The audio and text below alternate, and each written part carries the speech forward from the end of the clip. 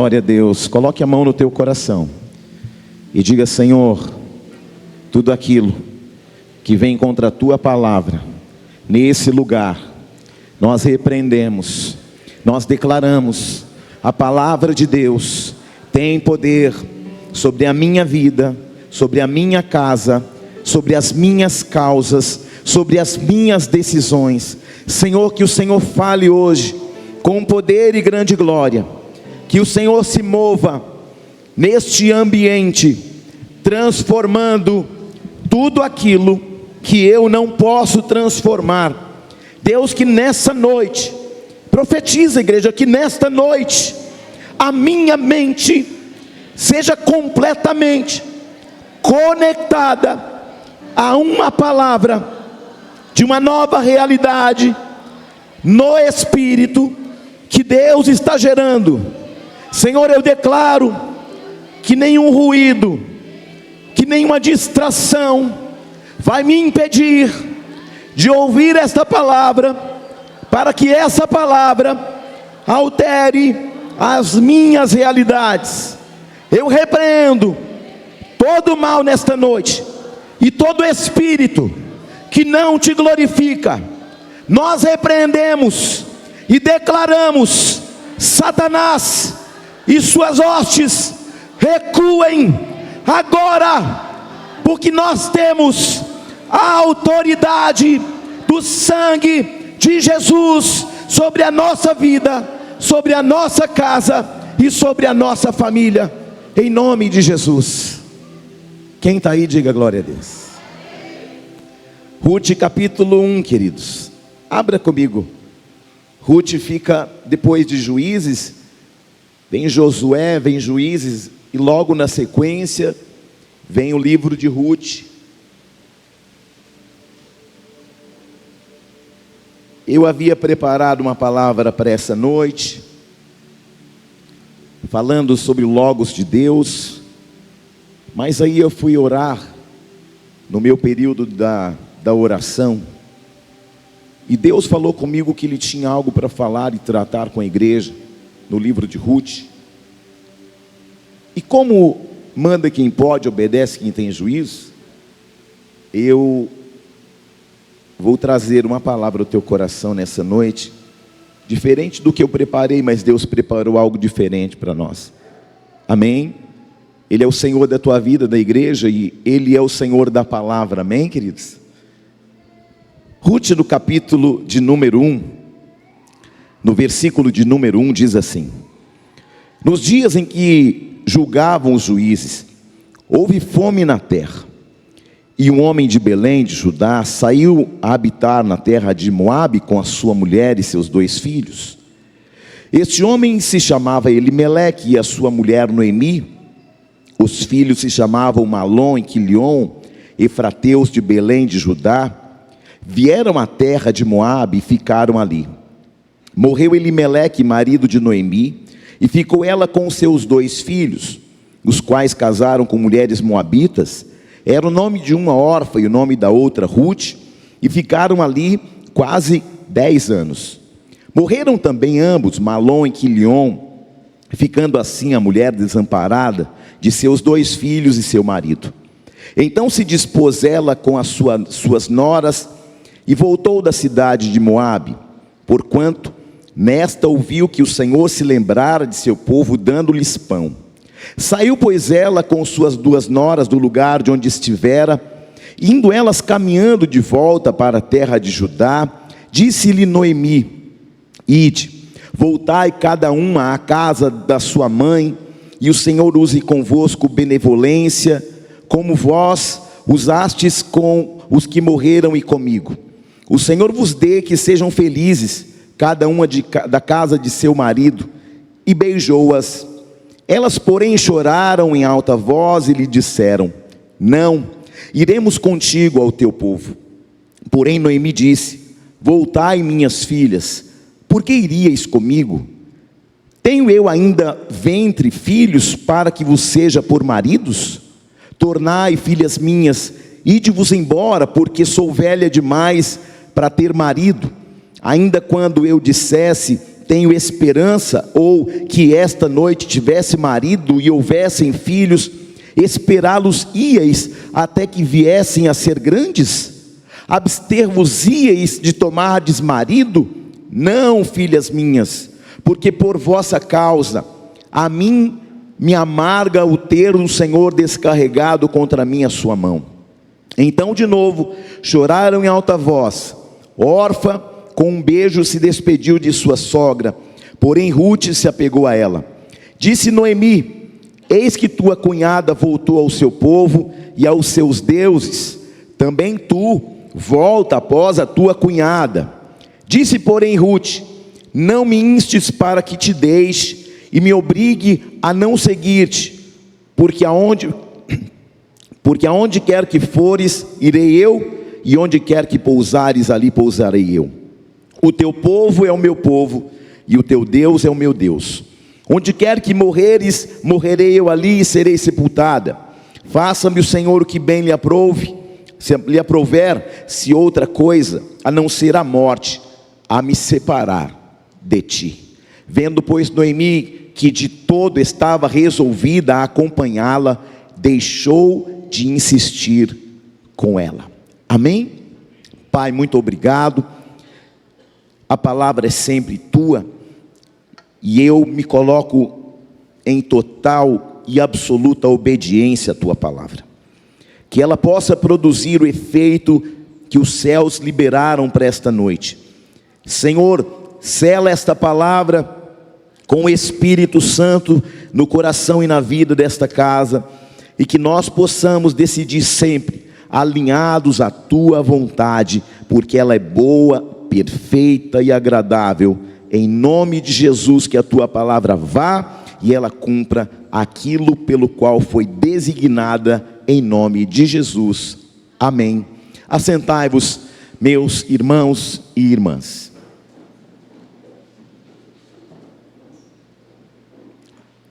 Quem nos visita pela primeira, segunda vez, levante sua mão, por favor. Seja bem-vinda a essa casa, em nome de Jesus. Mais alguém? Seja bem-vinda também nessa casa. Que o Senhor fale ao coração de vocês, de modo que só Ele sabe, porque Ele conhece tudo ao respeito de vocês, e Ele sempre tem uma palavra para nos levar a outros níveis. Amém? A história de Ruth é incrível, porque ela fala de fases, e ela fala também de decisões que tomamos. Toda decisão que nós tomamos, ela tem um resultado. Se você toma uma decisão direcionado ou direcionada pelo Espírito Santo, direcionado por algo que Deus tem, por algo que Deus quer, certamente o Senhor vai cobrir a tua vida, vai proteger a tua casa e a tua família. Nós somos livres para fazer escolhas, mas esta liberdade para fazer escolhas também nos levam a entender que toda escolha e decisão, ela traz consigo um resultado. Sim ou não? Então essa história, ela fala de decisões, de processos, de perdas, de lutos, de reveses. Ela fala de um homem que simplesmente sai da casa do pão, da casa de Belém, e segue em direção a Moabe. Porque, aparentemente falando, Elimeleque pensou assim: o nosso tempo em Belém terminou, nós precisamos buscar uma oportunidade em outra casa, em outra cidade, em outras fronteiras. E ele então pega sua esposa Noemi, pega os seus 2 filhos, e eles saem de Belém e seguem em direção a Moabe. Quantas vezes nós tomamos decisões em cima de necessidades, em cima de nossas vontades, em cima de nossas dificuldades, em cima daquilo que falta, e aí nós tomamos decisões e falamos: vou fazer porque eu acho que é o melhor. Mas existem, e eu tenho durante os aconselhamentos falado sobre os 3 pilares de toda a decisão que eu e você precisamos tomar. E esses 3 pilares são fundamentais. Eu tenho que ter clareza, eu tenho que ter uma direção de Deus, e eu preciso sentir paz. Clareza, direção e paz. Se faltar um desses pilares, esta decisão não está alinhada à perfeita vontade de Deus. Quem está comigo? Então, do capítulo 1 até o capítulo 2, no versículo 7, só tem dificuldade, só tem escolha e decisões erradas, só tem perdas, só tem humilhações, só tem despedidas. E aí nós olhamos que a vitória de Ruth, Noemi, está em uma tomada de decisão que está dentro de um ambiente de fé, que está dentro de um ambiente de uma aliança. Deus sempre vai honrar uma aliança. Uma aliança é um pacto que você faz. Um pacto que você faz com alguém, um pacto que você faz com um lugar. Uma aliança é muito importante. Portanto, a vitória de Ruth, Noemi, está numa declaração de fé e numa aliança de amor e fidelidade. Irmãos, nós estamos num tempo em que as palavras voam. Alguém diz alguma coisa hoje, amanhã diz, não, eu não disse bem assim não. Lá na minha casa é assim, tudo que a gente fala, a gente cumpre. Fez uma promessa que vai fazer e pronto. Por quê? Porque uma palavra, ela tem muito poder. Você está entendendo? Às vezes, os pais fazem assim, eu vou fazer para você, e aí não faz, e aí você vai entrando em descrédito, o teu filho vai pensar assim, o que meu pai fala não é verdade, que a minha mãe fala é uma falácia. E aí, querido, toda palavra que você vai dando direção para o teu filho, ele vai achando, é só mais uma palavra, não vai acontecer mesmo. Então, os nossos filhos, a igreja, a sociedade, tem que olhar para nós e encontrar em nós homens de palavra, homens de aliança. Amém? Porque a palavra de Deus diz que é sim, sim, não, não. O que passar disto é procedência maligna. Então eu olho aqui para uma mulher que ela poderia ter feito como a cunhada dela e voltado para a terra de Moabe, voltado para os deuses, voltado para o seio de suas famílias, mas durante essa escolha, essa decisão, uma decide voltar para Moabe, mas uma decide fazer uma aliança de fé. Ela vai dizer assim, não me instes para que te deixe, e não me obrigue a não te seguir, porque onde você for eu vou, onde você pousar eu pousarei, o teu povo é o meu povo, e o teu Deus é o meu Deus. Querido, preste atenção nisso. Eu estou falando de uma realidade que está acontecendo na terra de Moabe. Eu estou falando de um diálogo que está oculto debaixo de um telhado de uma casa.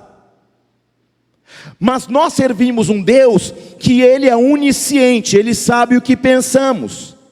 A palavra não chegou na tua boca e Ele já sabe o que você vai dizer. Então Deus percebe que há um ambiente na casa de Noemi de perdas. Perdeu o marido, perdeu o filho, perdeu outro filho. Elas estão à própria sorte. Então Noemi toma uma decisão, vou voltar para a casa de Belém, vou voltar para o lugar de onde eu nunca deveria ter saído. E então, a vitória de Ruth está dentro de uma declaração de fé. Eu imagino Deus olhando, ouvindo aquele diálogo daquelas mulheres depois que Orfa foi embora.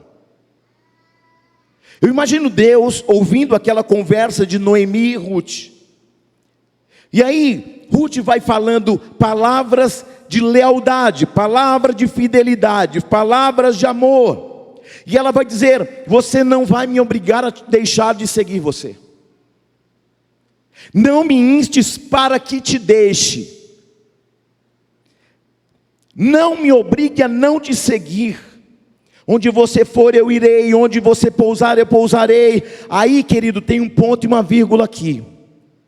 De repente Ruth fala assim: sabe por que eu quero ir com você, Noemi? Porque o teu povo é o meu povo.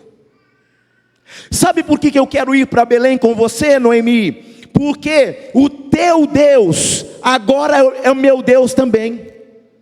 Eu servi outros deuses por muitos anos na terra de Moabe, na casa da minha parentela, mas eu estou decidida que o teu povo, a partir de hoje, mesmo que nas minhas correntes sanguíneas não corra o sangue do povo teu, a partir de hoje, por uma declaração de fé, por uma aliança, por um pacto, eu estou fazendo um pacto com o teu povo, e eu estou te dizendo que a partir de hoje, os meus deuses não são os deuses de Moabe. Agora, a partir de hoje, o teu Deus, o Deus de Abraão, o Deus de Isaac, o Deus de Jacó, passa a ser meu Deus também.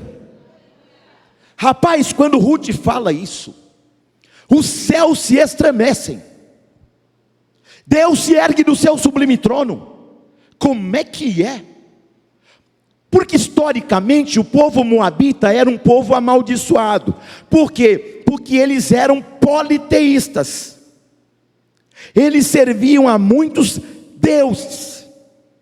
Mas de repente, uma moça decide cortar um vínculo, um pacto que ela tinha anterior, para estabelecer um pacto e uma aliança com o Deus da aliança. Quando Ruth fala, o teu povo, aí Deus inclina-se como o povo de Noemi. Eu imagino Deus assentado no trono, e como eu disse para você, quando ela fala assim, imagina Deus assentado: mas o teu Deus também é meu. Como é que é? Eu estou falando de um ambiente, querido, que não tinha o evangelho. Eu estou falando de um ambiente que não tinha um pregador. Eu estou falando de uma mulher que tem de repente uma consciência espiritual de que o verdadeiro Deus não é o Deus de Moabe, não são os deuses de Moabe, mas é o Deus de Abraão, de Isaac, de Israel. Quem está comigo? Então, a vitória de Ruth e Noemi está em uma declaração de fé e uma aliança de amor e fidelidade. Tem como projetar aqui para mim a Bíblia, por favor? Em Ruth, no capítulo 1, versículos 16 e 17. Se tiver a minha versão aí, melhor. Se não tiver, a gente lê com essa que tiver aqui mesmo. 16 e 17. Diz assim, vamos ler comigo? Vamos ler junto? Disse, porém, Ruth: não me instes para que te deixe e me obrigue a não seguir-te, porque aonde quer que fores, irei eu, e onde quer que pousares, ali pousarei eu. O teu povo é o meu povo, e o teu Deus é o meu Deus. Ela está fazendo uma declaração de fé. Existem momentos na vida que nós não achamos uma saída plausível. Escute, preste atenção. Quando não houver uma saída, estabeleça uma aliança. Eu vou dizer de novo: quando não houver uma saída, estabeleça uma aliança com o Deus de aliança e com o povo de Deus. Quando Ruth não tinha uma saída, ela estabelece uma aliança, ela estabelece um pacto de fidelidade, de amor. Noemi não tinha nada a oferecer, mas amor não é sobre algo que alguém tem a oferecer, porque amor é ultra circunstancial. Onde você for, eu irei. Onde você estiver, eu estarei. Onde você se deitar, eu deitarei. O teu povo é o meu povo, o teu Deus é o meu Deus. Se você morrer, eu morrerei junto, e serei sepultada junto. Faça-me o Senhor o que bem lhe aprouver, se outra coisa, a não ser a morte, a me separar de ti. Ela está dizendo, nem a vida, nem a morte, nem principados, nem potestades, nada poderá nos separar do amor de Cristo Jesus. Eu estou fazendo a conexão do que Paulo disse com aquilo que Ruth disse. Nada poderá te separar do amor de Deus, nem a altura, nem a profundidade, nem poderes, nem principados, e nenhuma criatura do céu ou da terra. No dia que você levantou a tua mão e disse, eu quero o Deus dos crentes, você está falando assim, a partir de hoje eu quero ser filho. Eu não quero ser mais um na multidão, eu quero ter uma aliança. Eu quero ter um pacto de amor com Deus de amor. Olhe para alguém e diga, quando não houver saída, estabeleça uma aliança. Queridos, eu vim te dizer que as crises da vida não darão a última palavra, nem a palavra final na tua vida. Eu vim te dizer nessa noite que as crises não darão a última palavra. Eu vim aqui para te dizer que os juízes da terra não têm a última palavra. Eu vim aqui, movido pelo Espírito Santo, para te dizer que a medicina deste século não tem a palavra final. Eu vim aqui para te dizer que as circunstâncias da vida, que os reveses da vida, que as perdas da vida não podem falar mais alto do que o Deus de Abraão, de Isaac e de Jacó. Eu venho aqui não apenas para te levar a um ambiente de uma mentalidade natural, mas eu venho aqui para te dizer que o Deus de Abraão, de Isaac, de Jacó, de Davi, de Elias, de Eliseu, de Paulo, de Pedro, continua sendo o Deus que rege a igreja a partir do seu sublime trono. Eu já vi tanta coisa ao longo do meu ministério. Eu já vi coisas impossíveis acontecendo.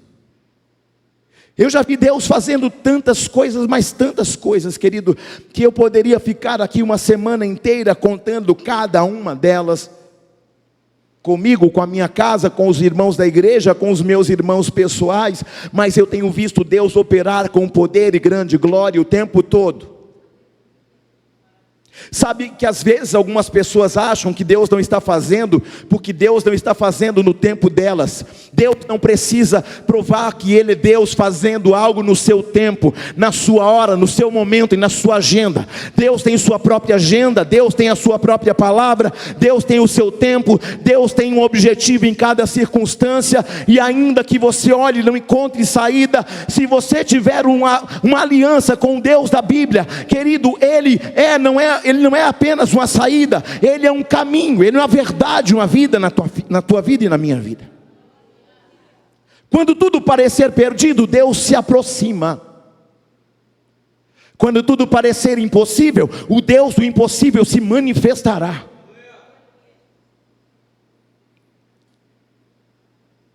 Essa noite Deus vai gerar fé na tua família, no seu coração e na sua vida, para que você possa sobressair a todas as dificuldades e ainda permanecer de pé, apesar dos momentos, das circunstâncias e da realidade que você está vivendo agora. Cada empresário que eu converso fala assim, coisa está difícil, a coisa está quase impossível. Eu tenho visto empresários importantes para o Mato Grosso tendo que fechar portas. Mas nós estamos debaixo de uma palavra. Eu tenho visto igrejas fechando portas. Eu conversei com um pastor outro dia, ele disse, apóstolo, vou ter que fechar a igreja. Estou gastando mais do que entra. Então a igreja começou a ficar inviável, porque não está entrando a entrada suficiente para manter as portas abertas. Essa é a realidade, querido, deste século, desses últimos tempos. Como que você mantém uma estrutura se você não consegue manter quando as entradas são menores do que as saídas? Chega um momento que fica inviável. Aí você tem que fechar a porta. Nós estamos diante de algumas realidades, mas nós, acima de tudo, estamos diante de uma palavra.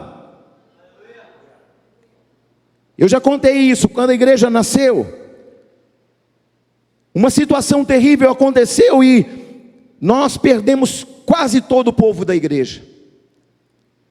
Acho que ficou uns 3% da igreja, uns 4% da igreja. Eu e a bispa chorávamos a noite toda, a gente nem dormia de noite. Meu Deus, e agora? A igreja nem abriu, a gente vai ter que fechar. Quem ficou também não dava o dízimo, porque ficou aquele climão aí, pessoal, mas e agora? Será que fecha? Será que não fecha? E aí eu fui orar. Falei, Deus, a crise bateu a porta. Os inimigos solaparam a igreja. E nós estamos em vergonha. Eu preciso de uma direção. Eu trabalhava numa empresa aérea nessa época. E Deus falou assim para mim, a partir de hoje, você não vai entregar o dízimo não. A partir de hoje você vai pegar 90% do teu salário e vai investir tudo na igreja. Porque a minha casa não vai fechar por causa de recurso. Porque eu tenho um plano com essa igreja. Por um ano inteiro, eu e a minha casa vivemos com 10% do nosso salário. Por um ano inteiro. Por quê? Porque tinha assentos para pagar, porque tinha som para pagar, porque tinha ventiladores para pagar, porque tinha aluguel para pagar, porque tinha energia para pagar, porque tinha água para pagar. E por um ano inteiro, nós mantivemos a igreja com 90% do meu salário. Por quê? Porque essa igreja, ela não foi inspirada pelo desejo do coração de um homem. Essa igreja nasceu por inspiração do Espírito. Porque Deus tem algo com essa casa, querido, que às vezes eu olho e fico pensando, meu Deus, o plano do Senhor, a visão que o Senhor deu é maior do que a gente pode suportar e sustentar. Quem está aí? Eu não sei o que você está atravessando. Eu não sei o que você está passando, mas eu sei de uma coisa: o Deus de Abraão, o Deus de Isaac, de Israel, é o Deus que está pelejando a tua causa nesta noite.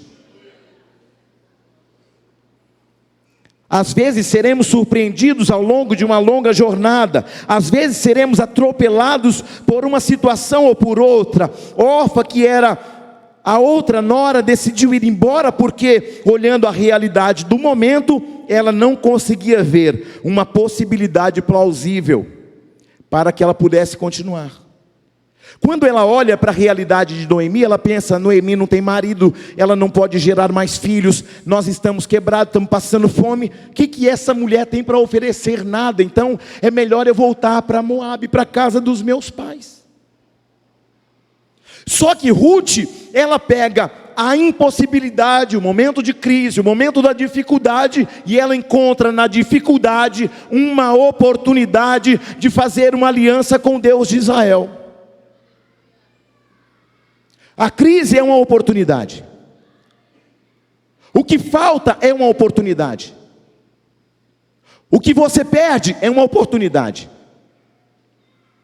Tudo vai depender da maneira que você enxerga. Tudo vai depender da maneira que você está conectado no Espírito, porque decisões não podem ser tomadas por causa da necessidade, não pode ser tomada porque nós perdemos algo. Uma decisão precisa ser tomada porque o Deus que fala ao coração de cada um de nós, e quem é espiritual discerne tudo que é espiritual, sabe que a tomada de decisão sempre será alinhada à vontade plena de Deus.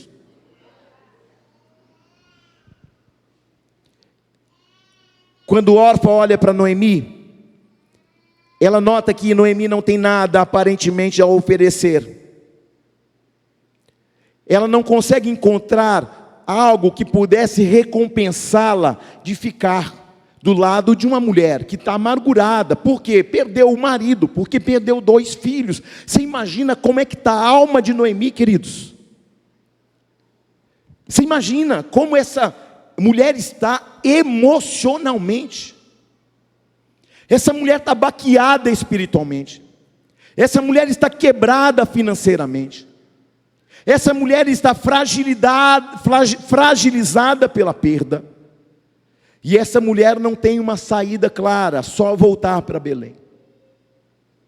Eu acredito que Noemi não criava expectativa de que Orfa e Ruth fossem de volta com ela. Ela não criou essa expectativa, estava tão moída pela vida. Às vezes a vida vai moendo a gente e aí a gente não consegue encontrar uma saída. Mas Orfa foi embora porque não via nenhuma aparente recompensa para que ela pudesse permanecer junto. Mas Ruth decidiu ficar. A sua escolha de ficar, ela pode ser um sacrifício agora. Mas Deus, que também é um Deus que olha para o sacrifício, recompensa aquele que se sacrifica, daquele que escolhe ficar num lugar de sacrifício para o momento de agora. O que foi lançado no rosto de Ruth são apenas desvantagens. Presta atenção comigo. Tinha alguma vantagem, humanamente falando, Ruth ficar lá de Noemi, que está quebrada financeiramente, que está desgastada fisicamente, porque já é velha, que está abatida emocionalmente, que está frágil espiritualmente, que está devendo até o próprio suprimento e não tem nem dinheiro para comprar comida e precisa voltar até de carona para Belém. Noemi não tem nada a oferecer. Mas ela, ao longo da vida, enquanto Ruth estava casada com um de seus filhos, ela foi semeando no coração de Ruth uma palavra de ânimo, uma palavra de fé, uma palavra de expectativa. Ela foi ao longo dos anos apresentando o Deus de Israel, seus feitos, suas maravilhas, seus milagres, seus sinais, seus prodígios, suas maravilhas. E queridos, a fé vem onde? Pelo ouvir, e ouvir a palavra de Deus. Ruth não tinha dimensão de que cada palavra falada pela boca de Noemi, enquanto tudo estava aparentemente bem, ela não tinha noção de que aquela palavra estava gerando fé e expectativa em seu coração. No dia mau, querido, às vezes pode faltar tudo, só não pode faltar a presença. Elas estavam em qual realidade? Estava faltando tudo. Embora Noemi estivesse amargurada, quebrada, falida, abandonada, mas Deus não havia abandonado a ela.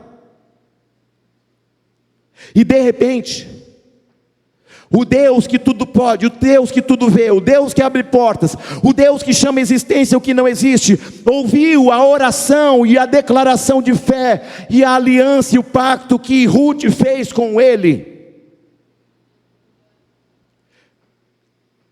Ruth não sabe, mas Deus concorda, o céu concorda com aquele pacto, com aquela aliança de amor. Você está aí não?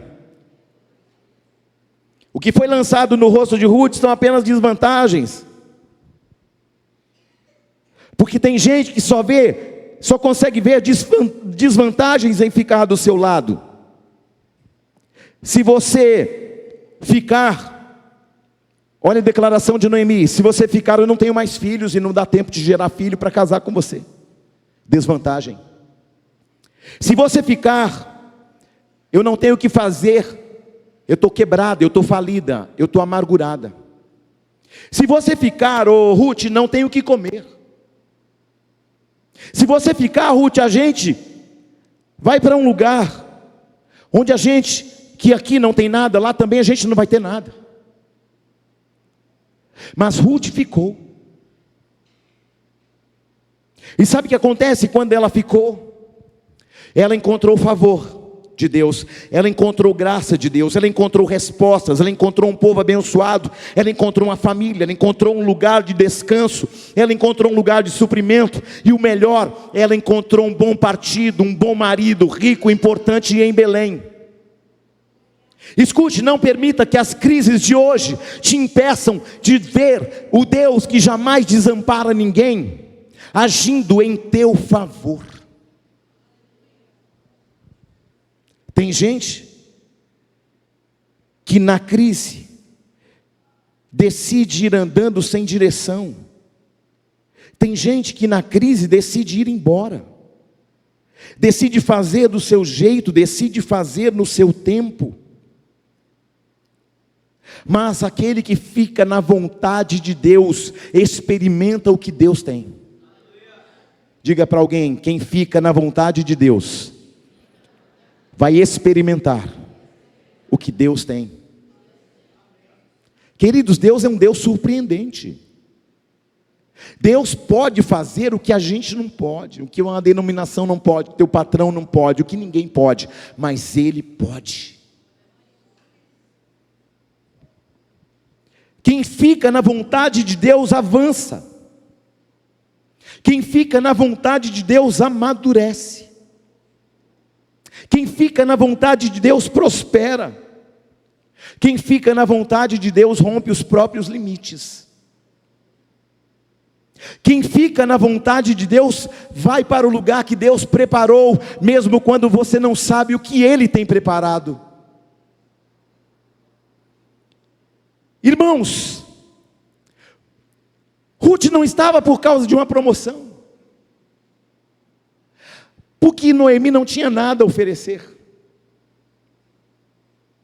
Ruth não ficou porque Noemi iria oferecer a ela benefícios, porque Noemi não tinha benefício algum. Noemi não tinha eira e nem beira, Noemi não tinha recurso, Noemi não tinha estrutura emocional para ajudar, Noemi não tinha nada. Mas ela estava debaixo de uma palavra. Você pode não ter nada hoje, mas se você estiver debaixo de uma palavra, aquilo que é teu te alcançará. Filho de Deus não sai correndo atrás de bênção. Filho de Deus, a bênção é que corre atrás dele. Quem decide ficar é promovido. Quem decide ficar encontra a alegria de um novo tempo. Quem decide ficar encontra um novo começo. Quem decide ficar encontra uma nova experiência do extraordinário. Ela olha para Noemi e sabe que Noemi não tem nada a oferecer, mas ela decide se oferecer em favor de alguém que não tinha nada para oferecer. Ela decidiu ser serva da sua sogra. Ela decidiu servir a sogra com alegria. Quem está comigo?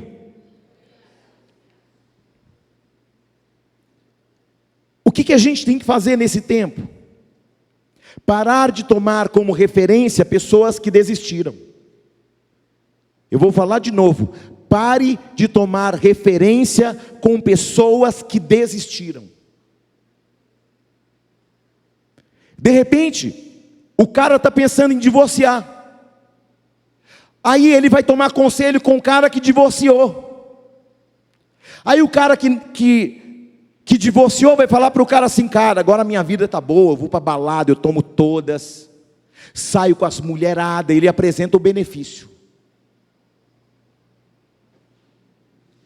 Quando a mulher está pensando em divorciar, ela não pode conversar com uma mulher que divorciou, porque um desanimado nunca será desanimado sozinho.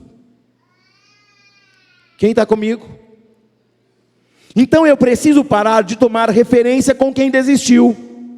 Você precisa parar de tomar atitudes ou decisões com a pessoa que ela não tem nada a oferecer para você. Por quê? Porque ela está num ambiente em que quanto mais gente desanimada, melhor. porque aí vai parecer que a minha decisão estava certa. Eu preciso parar de tomar referência com quem desistiu. Eu preciso parar de tomar referência com quem está desanimado. Eu preciso parar de tomar referências com quem está cheio de discursos. Nós estamos num cenário de pessoas com bons discursos. Mas se esse discurso estiver desalinhado da vontade de Deus, querido, o caminho vai ser de dor, o caminho vai ser de tristeza, o caminho vai ser de perdas. Sabe qual é o seu problema? É que você quer sair da empresa e decide falar com quem foi mandado embora da empresa e que está por aqui com a empresa. O que você acha da empresa? O cara foi mandado embora, você acha que ele vai fazer um desenho maravilhoso da empresa que ele saiu? Não, ele vai tentar desanimar você também. É ou não é verdade? Sabe qual é o nosso problema? É que talvez você está pensando em divorciar e decide pedir conselho com quem já se separou. Sabe que essa pessoa vai dizer que ela é a pessoa mais feliz da vida, que ela não tem que prestar conta mais para ninguém. E aí o diabo ajuda a fazer, mas não ajuda a desfazer. Quando você tiver problemas no casamento, vai pedir conselho àquela pessoa que já passou ventos, tempestades, dificuldades no casamento, mas permaneceram. O meu pai ficou casado com a minha mãe 55 anos, até que a morte o separou. Eu nunca vi o meu pai com mulherada. Eu nunca vi o meu pai bêbado. Eu nunca vi meu pai falar um palavrão. O meu pai não deixou um centavo para nós, mas o legado moral que ele deixou, querido, não há dinheiro no mundo que pague. Você está aí, não? Nós precisamos buscar conselho com a pessoa que já passou ventos, tempestades do casamento, mas decidiu reconstruir uma história com quem tem anos de um casamento bem sucedido. Eu não estou dizendo que um casamento bem sucedido é um casamento que não passe por crises e dificuldades. Não, um casamento bem sucedido é um casamento que já passou por crises, que já passou por reveses, que já passou por dificuldades, mas está construído sobre a rocha. Sabe por que as pessoas não querem construir uma família sobre a rocha? Porque dá trabalho escavar a rocha.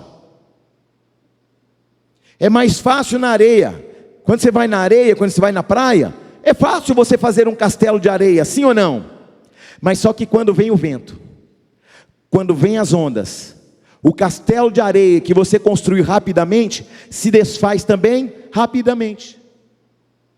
Agora constrói sobre a rocha para você ver.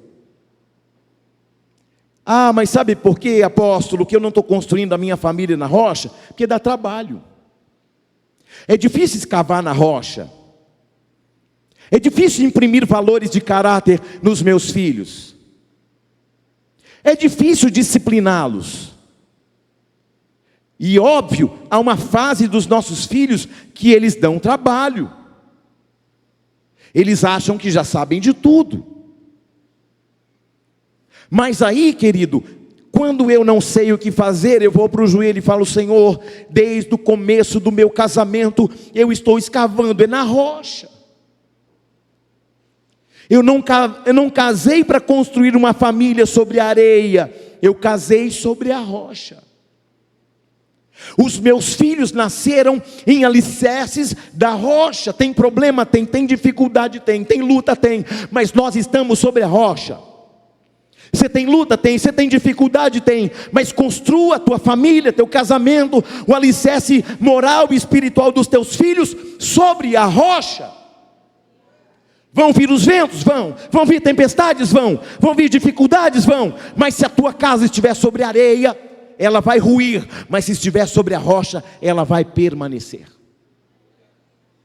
Quem está comigo? Sabe qual é o seu problema? É que quando você está sob pressões, você vai pedir conselho de um cara que já desistiu da vida, que já desistiu da igreja. Aí o cara está desanimado, ele já não estou muito afim de vir mais para a igreja não, para nenhuma, eu quero é balada, eu quero é tomar todas, eu quero é fumar, eu quero é cheirar uma carreira de cocaína, eu quero é viver a vida adoidado. Só que o que você planta, você colhe. Sim ou não? E então, querido, quando você estiver sob pressões espirituais, não tome decisões que podem alterar o destino negativamente. Amém, diácono Caridade? Aleluia. Quando você tiver que tomar uma decisão, não tome decisões sob pressão. Quando você tiver que tomar uma decisão, não tome sob necessidades. Quando você pega um conselho das pessoas certas, vai perceber que tem gente que permanece mesmo diante de dificuldades. A vida é fácil? Claro que não. A vida tem reveses? Claro que sim. Tem gente que fala assim para mim: mas apóstolo, eu vim para a igreja e agora eu estou tendo um monte de luta. Não, irmão, a luta já estava lá, você só não estava vendo. Porque quando Jesus, ele é a luz do mundo, sim ou não? Está toda suja a tua casa, e você acha que a casa está maravilhosa, minha casa está linda, limpa. Só que quando você acende a luz, meu Deus. Quando você levanta o tapete, Jesus. Quando você põe luz, você descobre que algumas coisas estão fora do lugar.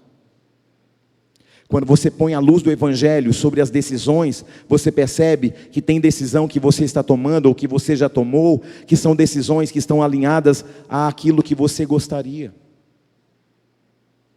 Quando Satanás tenta Jesus no deserto da Judeia, ele apresenta para Jesus uma proposta.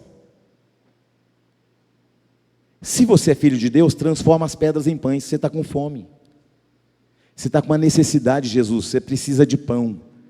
Aí Jesus olha para Satanás e fala assim: nem só de pão viverá o homem, mas de toda palavra que procede de Deus. Queridos, escute uma coisa: nós não vamos decidir na necessidade, nós vamos decidir debaixo de uma palavra. E eu não estou te dizendo que não haverá momento que você vai ter que tomar a decisão de sair de determinados lugares. Porque haverão momentos que determinados lugares, eles não estarão mais propícios para o momento da tua realidade. Mas o que eu não posso fazer? Eu não posso decidir em cima de uma necessidade, de uma pressão, do que eu acho. Vai haver momento que você vai ter que sair da empresa que você está. Vai haver um momento que você vai ter que despedir dos, entre aspas, amigos que você agregou no tempo que você estava no mundo. Quando eu vim para a igreja, irmão, tinha um monte de amigos. Aí ficou, de todos os amigos que eu tinha, só ficou um. Ou seja, eu só tinha um. Então há momentos que você vai ter que beijar e sair correndo, irmão. Quando Elias passa a capa sobre Eliseu, Eliseu queima os carros, os cavalos. Eliseu se despede dos pais, porque ele entende que agora é uma nova realidade. Mas ele estava como? Debaixo de uma unção e de uma direção. Eu não estou dizendo que você não tem que sair de alguns territórios, mas eu estou dizendo que você precisa ter certeza. Você está aí, não? Glória a Deus. Então, a pessoa que decidiu não quer ser desistente sozinha. Ela quer levar você a desistir também. Existem pessoas à sua volta que tentam te convencer que desistir é o melhor caminho. Desiste desse cara, desiste desse casamento, desiste desse filho, dá muito trabalho para você. Decide desse que você está discipulando, dá trabalho demais. Decide sair do meio desse povo. Querido, onde a gente estiver, onde a gente for, vai ter problema. Porque onde tem gente, tem problema. Não é assim? Existem pessoas à sua volta que vão tentar fazer você desistir e mostrar para você que desistir é o melhor caminho. Mas essa noite é uma noite para você estabelecer uma fé inabalável, de você parar de ser levado pela desistência. Preste atenção, se vier um desemprego, você vai prevalecer. Se vier uma enfermidade, você vai prevalecer. Se vier uma falta, você vai prevalecer. Se vier uma luta no teu casamento, você vai prevalecer. Se vier uma perda humana ou sobre-humana ou natural, querido, você vai prevalecer. Se vier uma má notícia, você vai prevalecer. Quem está aí?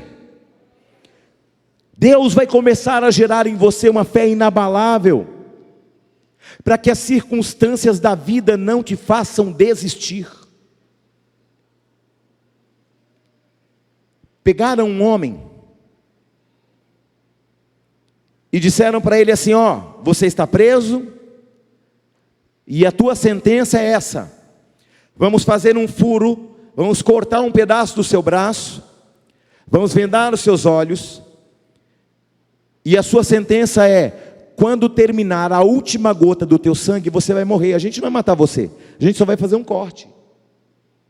Prenderam o homem e colocaram o homem vendado, amarrado numa cama, e com uma lata d'água, 2 latas de água, uma cheia e uma vazia. E aí com um furo na lata superior, cheia de água. E aí de repente, gotejava a água da lata de cima na lata de baixo. Tuc, tuc, tuc. Aí o homem pensava: estou morrendo, estou morrendo, estou morrendo. Quando a última gota de água caiu dentro do recipiente, o coração do homem parou. E como que ele estava? Com o seu sangue completo dentro dele. Isso quer dizer o quê? Que às vezes as circunstâncias parecem ser maiores do que realmente são. Que às vezes um problema chega para mostrar para você que você precisa ir mais longe, que você precisa amadurecer, que você precisa fazer algo para mudar a tua realidade emocional e espiritual. Toda dificuldade é uma oportunidade de crescimento, de amadurecimento. Toda perda também é uma oportunidade para você avaliar aonde está o teu coração e o teu tesouro. Irmãos, eu já perdi tantas coisas. Tantas coisas. Eu já perdi tantas pessoas. Uma vez eu perdi um amigo, um jovem. Na minha infância eu perdi um amigo. A gente tinha mais ou menos na faixa de 9 anos de idade. E esse meu amigo morreu com câncer na garganta. Eu fiquei chocado. Eu tinha um amigo na minha rua, ele tinha sido um soldado na Segunda Guerra Mundial. E todo dia à tarde eu ia lá visitá-lo, porque eu sempre gostei de falar com pessoas mais velhas. E todo dia à tardezinha eu voltava da escola, eu descia a rua lá da minha cidade, e eu ia lá falar com esse homem. E ele me contava das coisas da guerra, ele falava: menino, você tem que ter juízo, e me davam conselhos como pai. Aí um dia ele me trouxe a farda do exército. Essa aqui era a minha farda. Rapaz, eu ficava maravilhado com aquilo, com os conselhos, com as direções. E como eu ia na casa dele todo dia para ouvi-lo falar, porque era um homem muito sábio, já era um senhorzinho, a casa estava lotada de gente. Falei: ué, está tendo festa lá hoje? Ué, mas festa com todo mundo triste? Aí eu fui entrando, e foi a primeira vez que eu vi uma pessoa dentro de um caixão. Eu voltei chorando para casa, eu voltei desesperado para casa. Porque o meu amigo, meu conselheiro tinha morrido, eu tinha 9, 8 anos de idade. Mas ele era o meu conselheiro. Ele falava: filho, você precisa estudar. Filho, você precisa obedecer os seus pais. Filho, você precisa ser alguém importante. Filho, eu noto que você é um menino bom, e eu entendo que um dia algo muito especial vai acontecer com você. Ele disse: eu falei: mas será que um dia eu vou entrar na guerra também? Ele falou assim: a vida já tem muitas guerras, filho. Hoje eu entendo de que guerras ele estava falando. Não são apenas as bélicas, são as guerras diárias que a gente enfrenta. As guerras com a família, as guerras com a sociedade, as guerras emocionais, as guerras espirituais. Eu não tinha dimensão daquele conselho, mas aquele homem ajudou a cooperar com o meu caráter, a ser um homem de bem. Eu já tinha isso em casa. O meu pai sempre foi um homem de moral muito acentuado, um homem de uma palavra só. Todo mundo, quando eu falava que era filho do seu Diomar, ser filho do seu... Rapaz do céu, as portas se abriam. O homem de uma palavra só, o homem que a palavra não fazia curva. Você está entendendo? Deus vai gerar em você uma fé inabalável, e nenhuma perda vai impedir você de chegar aonde você precisa chegar. Eu declaro em nome de Jesus Cristo que nenhuma circunstância da vida vai impedir o que Deus tem com você.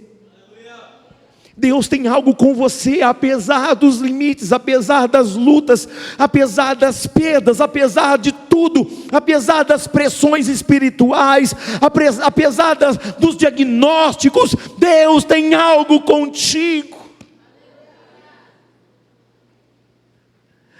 Ele te escolheu, Ele te elegeu, Ele te amou, Ele te ama mais do que você imagina.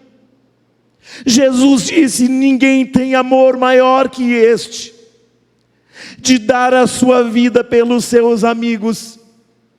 Já não vos chamo de servos, porque os servos não sabem o que faz ao seu Senhor, mas vos tenho chamado de meus amigos.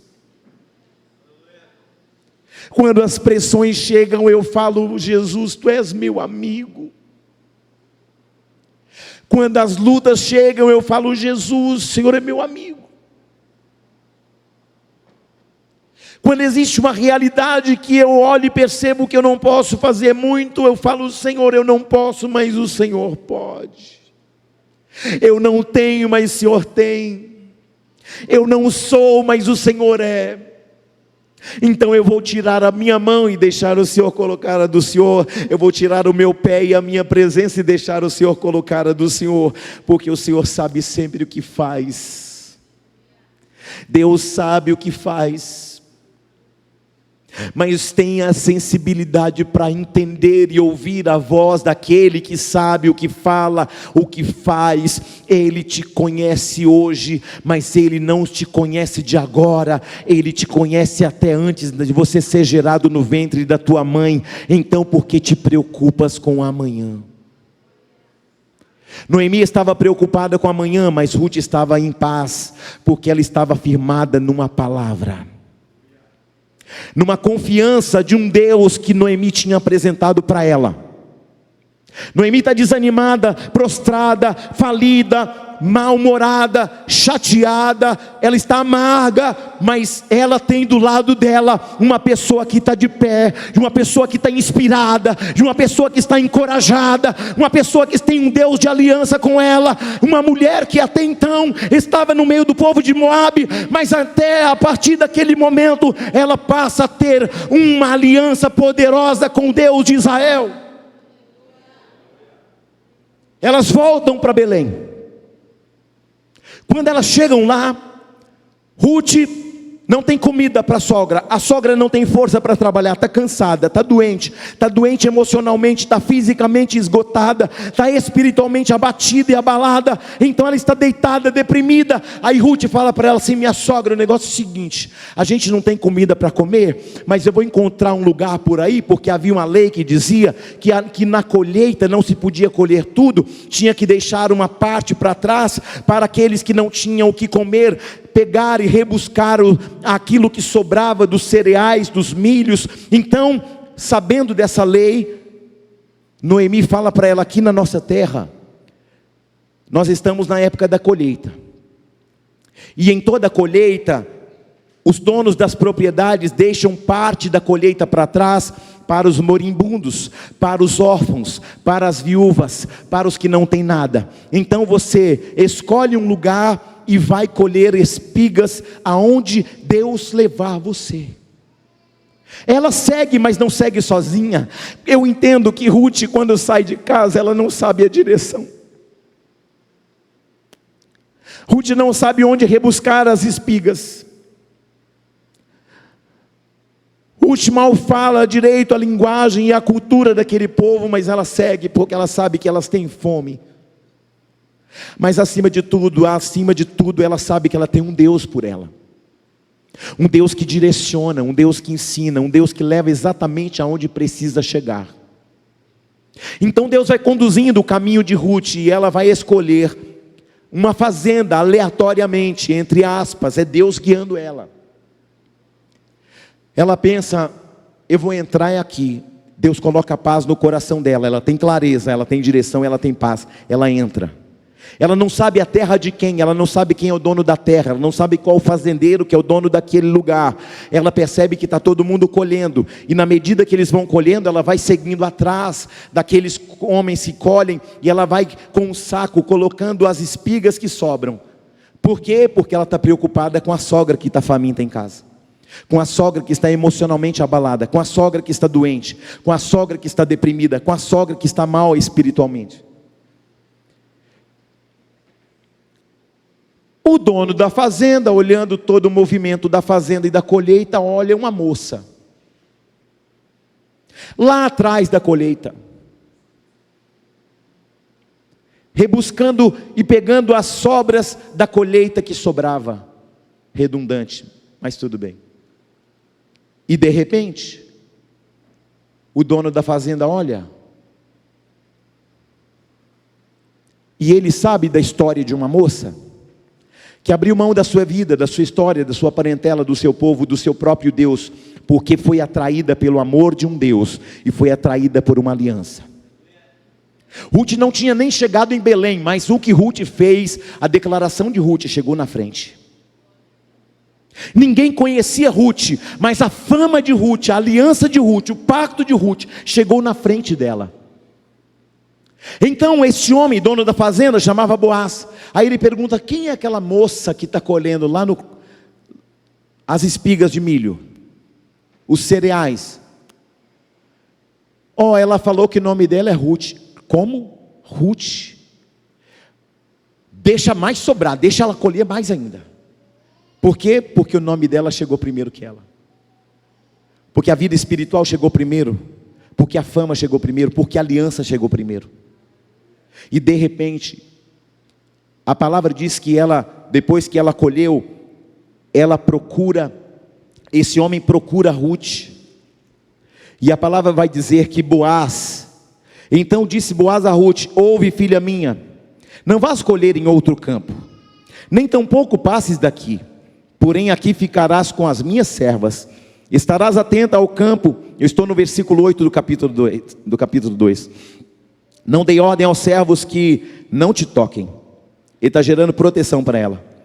Quando tiver sede, vai às vasilhas e bebe do que os servos tiraram. Então ela, inclinando-se com o rosto em terra, lhe disse: como é que me favorece e fazes caso de mim, sendo eu estrangeira?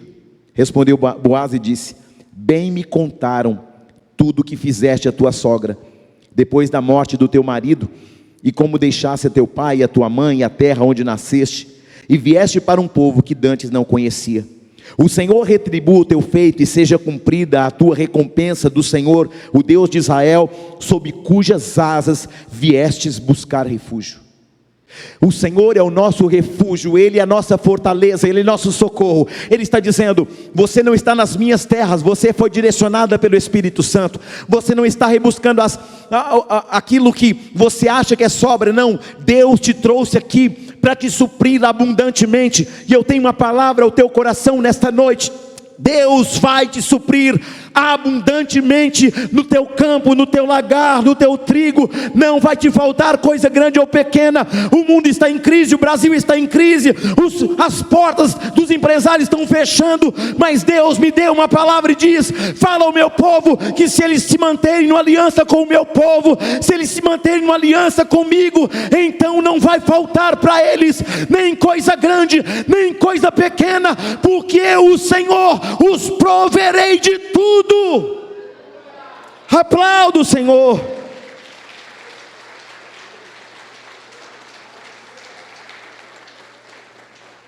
E para encerrar,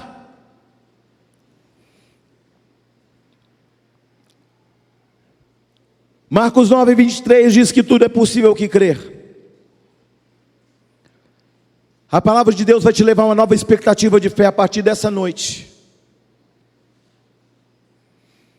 Nós vamos olhar algumas realidades de alguns homens da Bíblia e você vai ver que Deus transformou a todas elas. A Naamã, Deus curou da lepra. Do filho da viúva de Naim, o Senhor ressuscitou. Das muralhas de Jericó, o Senhor fez cair. Do mar vermelho, Ele fez abrir. Da reconstrução dos muros, 52 dias. Da vitória de Davi com Golias.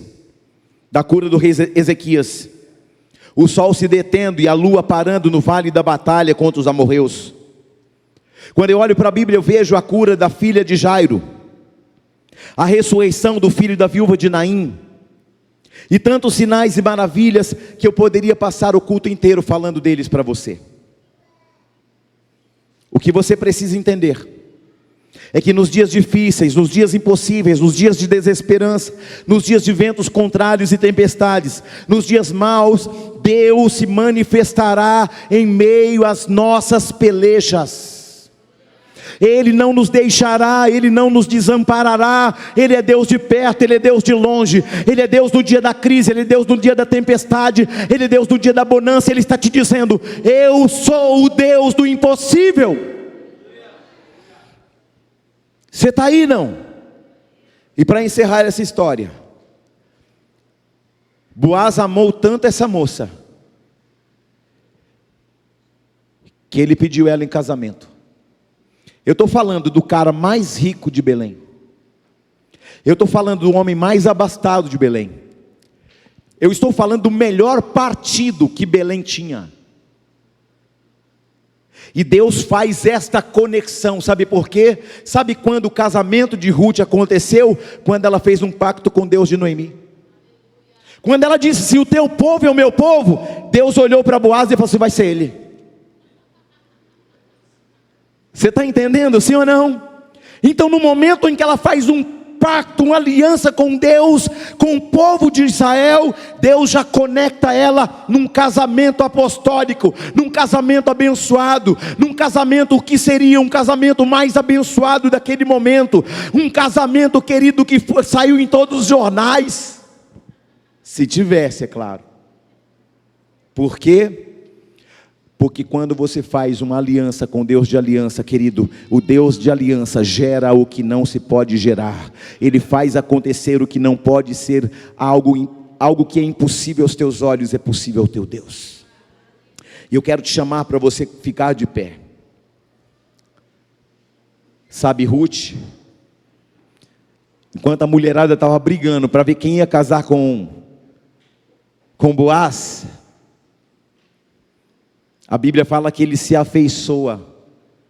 Ele vê aquela menina e fala assim: rapaz, mas que moça linda é essa? Você está aí, não? Quando Boaz olha para ela, irmãos, vamos prestar atenção. Tinha um monte de moça rica, milionária em Belém. Tinha um monte de moças promissoras em Belém.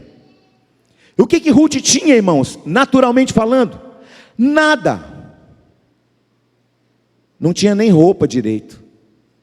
Tudo que Ruth tinha veio num saco lá de Moabe. Mas só que Ruth tinha algo que as meninas de Belém não tinham: uma aliança fidedigna, um pacto genuíno, Quando aquela menina falou aquilo para Noemi, ela não estava falando da boca para fora para agradar o homem, para agradar uma pessoa. Ela não estava fazendo porque ela tinha um interesse secundário, não, ela fez porque de fato ela amou o Deus de Israel com a própria vida. Quando você ama esse Deus com a própria vida, esse Deus transforma a tua vida num cenário maravilhoso. Eu posso perder tudo na vida, mas eu nunca, jamais gostaria de perder a presença. Eu já perdi tantas coisas na vida, eu já perdi pessoas especiais, eu já perdi tantas coisas. Mas se você me perguntar assim, do que o Senhor perdeu, o que o Senhor tem falta? De nada, porque eu tenho o Deus que tem tudo. O Deus que me deu uma família, que me deu uma esposa, que me deu filhos. O Deus que me deu um chamado, o Deus que me fez pastor de ovelhas. O Deus que pediu a minha vida, eu entreguei a minha vida totalmente, porque eu entendo que o Deus que me chamou é fiel para completar a obra dele na minha vida e na tua vida. Eu não sei o que você vai ter que deixar para trás. Eu não sei qual a decisão importante que você precisa tomar nesta semana, nesses dias, neste ano. Mas não decida em cima da tua vontade, não decida em cima de tuas necessidades. Não decida nas pressões. Não decida porque você acha. Não decida porque você quer. Não decida porque é melhor para você. Toda decisão que eu tenho que tomar, eu penso assim: Deus, é bom para o Senhor? Vai ser bom para o teu reino? Vai comprometer a casa do Senhor? Vai comprometer o meu casamento, meus filhos? Eu nunca tomo uma decisão aleatoriamente, porque eu preciso ter paz em toda decisão que eu tomo. Eu não pego atalhos, porque eu trilho um caminho. Eu não arrombo portas, porque eu sei que a porta se abrirá no tempo devido. E eu sei que Ele sabe tudo ao teu respeito. Aquieta teu coração. Tem gente tão preocupada com tantas coisas, com tantos medos do amanhã. Aquieta a tua alma. Ruth não tinha nada, mas ela tinha presença. Ruth não tinha casa para morar, mas ela tinha um Deus que fez dela um instrumento glorioso. Ruth não tinha roupas. Ruth estava quebrada, Ruth estava humilhada. Ruth saiu de Moabe e ela estava no fundo do poço naturalmente, mas ela estava carregando uma presença com ela. Quando você carrega uma presença, nada vai faltar. Eu sou alguém que, quando Deus me fala algo, querido, se Deus me pedir algo, queridos, eu nunca vou dizer não para Deus. Tudo, absolutamente tudo que Deus me pediu, eu disse: Senhor, faça-se segundo a tua vontade.